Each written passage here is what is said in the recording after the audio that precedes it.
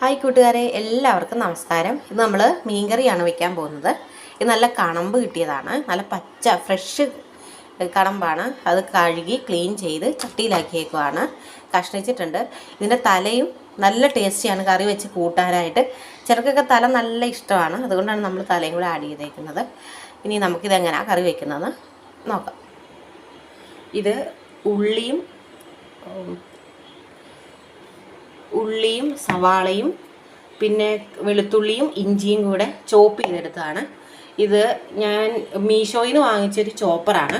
149 വാങ്ങിച്ചതാണ്. ഇതൊരു 2 വർഷക്കാലമായിട്ട് എൻ്റെ കൂടെ ഉണ്ട്. നമ്മൾ കുക്ക് ചെയ്യുമ്പോൾ ഈസിയാണ്. ഇതിനകത്ത് ഇതെല്ലാം കൂടി ഇട്ട് ഒന്ന് കട്ട് ചെയ്തിട്ട് കഴിഞ്ഞാൽ നമുക്ക് അരിയുന്ന ടൈം ലാഭിക്കാം.